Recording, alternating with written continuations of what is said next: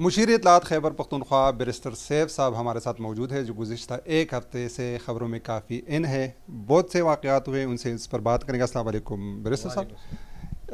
پہلے تو یہ بتائیے کہ جو بیانیہ وفاقی حکومت بنا رہی تھی کہ وزیر اعلیٰ خیبر پختونخوا وہ خود ساختہ طور پر گم ہے، روپوش ہیں، رات کو جو تقریر کی ہے وزیر اعلیٰ صاحب نے اسمبلی میں، اس میں اس بیانیے کو تقویت دی جا رہی ہے کہ وہ خود ہی روپوش ہو گئے تھے۔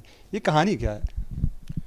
دیکھیں، وزیر اعلیٰ کے گھر پر خیبر پختونخوا میں پشتونوں کے اسلام آباد میں خیبر پختونخوا کے پشتونوں کے گھر پر حملہ آور ہوئے۔ وزیر اعلیٰ صاحب کے کو گرفتار کرنے آئے، غیر قانونی تھا، انہوں نے اپنے آپ کو سائڈ پہ کیا اور کچھ دیر کے لیے، کچھ وقت کے لیے وہ سامنے نہیں ہے، منظر عام پہ نہیں آئے، اور اس کی وجہ یہ تھی کہ اگر وہ منظر عام پہ آتے تو کیا ہوتا، گرفتاری ہونی تھی، ان کو ایک مخصوص مدت کے لیے اندر جیل میں ڈال دیتے۔ صاحب اپوزیشن یہ الزام عائد کر رہی ہے کہ یہ احتجاج ناکام ہوا، ان کو اسلام آباد میں داخل نہیں ہونے دیا گیا۔ آپ کیا سمجھتے ہیں جس مقصد کے لیے جس ایجنڈے پر پی ٹی آئی کے کارکن قافلے گئے تھے وہ تو ادھر پہنچ ہی نہیں سکے، کیا بنا؟ راتوں رات ہی سب کچھ، سارے کارکن بھی غائب ہو گئے، احتجاج بھی غائب ہو گیا۔ احتجاج کیسے ناکام ہوا؟ ہزاروں کی تعداد میں لوگ چانا چوک پہنچے، کی ہدایت تھی کہ آپ لوگوں نے وہاں پر احتجاج ریکارڈ کرانا ہے، وزیر اعلیٰ بھی وہاں پہنچے، ان کے ساتھ ہزاروں کی تعداد میں لوگ بھی تھے، کئی گھنٹے وہاں احتجاج ہوتا رہا، اور خوف کا یہ عالم تھا اس جیلی حکومت پر کہ ہزاروں کی تعداد میں تو صرف ڈی چوک میں شیل فائر کیے گئے، ربر بلٹس فائر کی گئیں، کنٹینروں کے مینار ہر سڑک پہ کھڑے کیے ہوئے تھے۔ اگر یہ احتجاج اتنا کامیاب نہیں تھا اور آپ کو لوگوں کا اس کو یہ خدشہ نہیں تھا کہ ہزاروں کی تعداد میں پی ٹی آئی کے کارکن آئیں گے، تو پھر یہ اتنا تردد کرنے کی کیا ضرورت تھی؟ یہ آرٹیکل 245 کے تحت جو آپ نے فوج بلائی اپنی حفاظت کے لیے، پھر اس کی کیا ضرورت تھی؟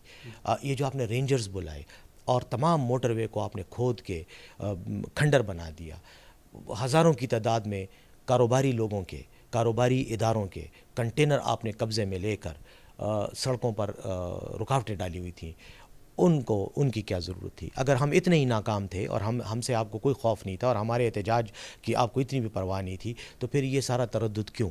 یہ تو ظاہر کر رہا ہے کہ آپ ڈرے ہوئے تھے۔ کا حکم تھا کہ پی ٹی آئی نے احتجاج کرنا ہے اور علی امین گنڈاپور صاحب کو حکم تھا کہ وہ انہوں نے لیڈ کرنا ہے۔ علی امین گنڈاپور صاحب خیبر پختونخوا سے نکلے، پورا دن 24 گھنٹے سے زیادہ وہ سڑک پر پولیس کے ساتھ جدوجہد کرتے رہے اور آخر میں ڈی چوک پہنچ گئے۔ ڈی چوک میں پہنچنے کے بعد انہوں نے وہاں باتیں کیں، کارکنان سے ملے، احتجاج ریکارڈ کرایا اور اس کے بعد اپنا ٹارگٹ حاصل کر لیا، بات ختم۔ میں پی ٹی آئی کے تمام کارکنان کو اور پاکستان میں جمہوریت پسند تمام عوام کو اس کامیاب احتجاج کی مبارکباد دیتا ہوں اور سمجھتا ہوں کہ حکومت کو، اس جیلی حکومت کو شرمندگی سے مر جانا چاہیے اگر شرم ہے کہ ہمارا ان کی تمام ہتھ کنڈوں کے باوجود ہمارا احتجاج کرنا۔ جب آگے دیکھا گیا کہ اہلکار رینجرز کے بھی موجود ہیں اور فوجی اہلکار بھی موجود ہیں اور سڑک بھی بند ہے، تو ہمیں واضح نظر آ رہا تھا کہ اگر ہم آگے جائیں گے تو رینجرز کی طرف سے تصادم ہوگا، فوج کے ساتھ تصادم ہوگا، جو ہم ہرگز نہیں چاہتے تھے۔ اس لیے یہ فیصلہ کیا گیا کہ خان صاحب کی ہدایت یہ نہیں تھی کہ آپ نے موٹر وے پہ اس روٹ پر سفر کرتے ہوئے اتنے کلومیٹر کا فاصلہ طے کر کے ڈی چوک پہنچنا ہے۔ ان کا حکم یہ تھا کہ آپ نے ڈی چوک پہنچنا ہے اور احتجاج کرنا ہے۔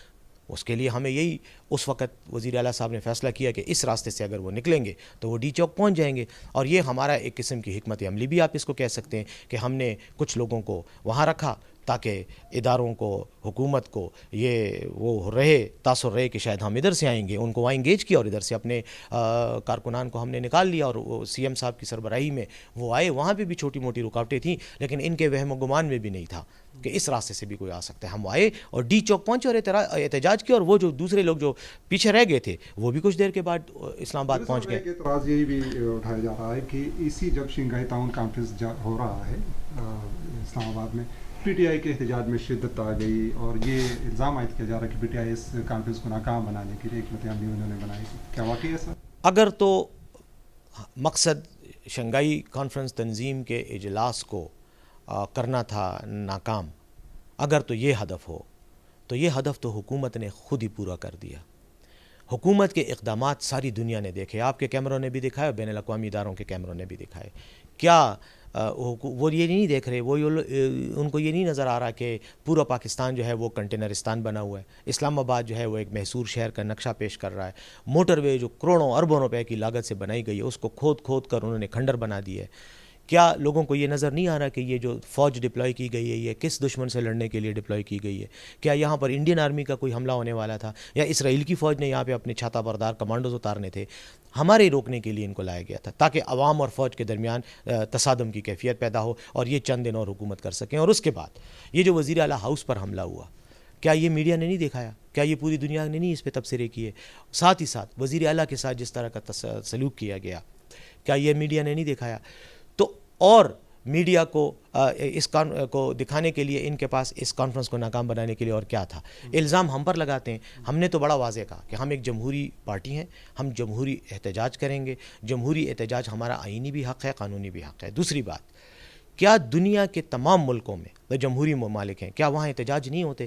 غیر ملکی سربراہان بھی دوروں پہ آ رہے ہوتے ہیں، ملاقاتیں بھی ہو رہی ہوتی ہیں، بڑی بڑی کانفرنسیں بھی ہو رہی ہوتی ہیں، ساتھ میں دوسری طرف سڑک پہ احتجاج بھی ہو رہا ہوتا ہے، لوگوں نے بینر بھی اٹھائے ہوتے ہیں، نعرے بھی لگا رہے ہوتے ہیں حکومت مخالف. وہاں تو کوئی اس طرح کی حرکتیں نہیں کرتا. یہ تو جمہوریت کا حسن ہے. میں نے تو اس لیے کہا تھا جب مجھے کہا گیا کہ انڈین وزیر خارجہ 20 سال بعد آ رہا ہے، تو اس کے 20 سالہ آمد کو 20 سال کے بعد آمد کو تو یہ ایسے خوشیاں منا رہے تھے سارے وزراء جیسے وہ ان کے ولیمے پہ آ رہا ہو. ٹھیک ہے، لیکن جب میں نے کہا کہ اگر وہ آ رہا ہے تو اس کو لے آئیں، اس کو ہم اپنے احتجاج میں آنے کی دعوت دینا، آ جائے سامنے پارلیمنٹ ہاؤس میں یا جہاں پہ بھی کانفرنس کا اجلاس ہوگا اس کے بعد ہمارے اجلاس احتجاج میں آ جائے. وہ تو خود دعویٰ کرتے ہیں کہ ہم دنیا کی سب سے بڑی جمہوریت ہیں.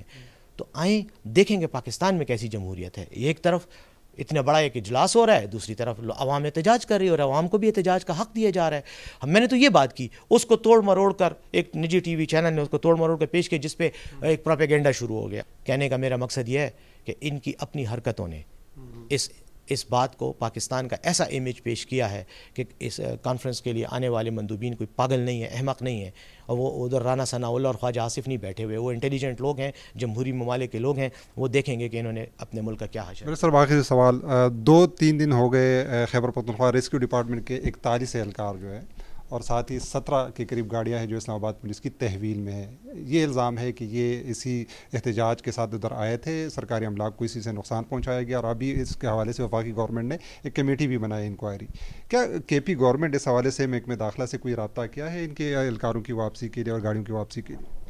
دیکھیں، صرف اہلکار اور گاڑیاں ہی نہیں پنجاب پولیس کے قبضے میں، ہمارے ہزاروں کارکن بھی گرفتار کیے گئے ہیں. اور وہ ایسے گرفتار کیے گئے ہیں کہ واپسی پر اسلام آباد سے احتجاج جب ختم ہوا اس کے بعد جب واپسی کر رہے تھے تو کارکنوں کو حسن عبدال پولیس نے، اٹک پولیس نے گرفتار کیا ہے. وہ حوالات میں بند ہیں. کئی ہمارے رہنما، ہمارے صوبائی اسمبلی کے ممبران بھی گرفتار ہیں اور یہ گاڑیاں بھی انہوں نے قبضے میں لی ہیں جو غیر قانونی لی ہیں.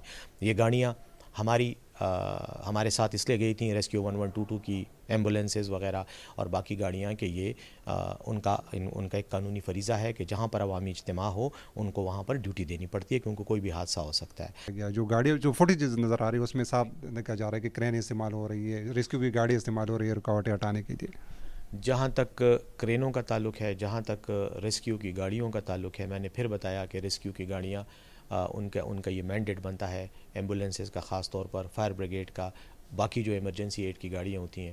دوسری بات یہ ہے کہ وزیر اعلیٰ خیبر پختونخوا ایک جگہ جا رہا ہے، راستے میں رکاوٹیں آتی ہیں، وہ رکاوٹیں کون ہٹائے گا؟ ہم نے کیا چف کر کے وہ رکاوٹیں ہٹانی ہیں؟ ظاہر ہے کہ ان کے لیے ہمیں کرینیں چاہیے. اور دوسری بات یہ ہے کہ کون یہ ثابت کرے گا کہ یہ کرینیں ہم سرکار کے استعمال کی ہیں؟ کیا یہ ترنول کے پھاٹک کے ساتھ اور یہ ٹھیکیداروں اور کنسٹرکشن انجینئرز کے پاس، کنسٹرکشن کمپنیوں کے پاس کرینیں نہیں ہوتی؟ یہ ثوابی پل کے پاس کتنی کرینیں کھڑی ہوتی ہیں؟ ہم نے بالکل پارٹی کے جو فنڈز ہیں اس کے لیے باقاعدہ فنڈ جمع کیا گیا، اس میں لوگوں نے ڈونیٹ کیا. یہ تمام اخراجات جو یہاں سے لے کر اسلام آباد تک ہوئے ہیں، ایکوپمنٹ کے بھی اور افراد کی ترسیل کے، ان کے کھانے پینے کے اور ان کو تمام سہولیات، سب پارٹی نے اپنے اخراجات کیے ہیں.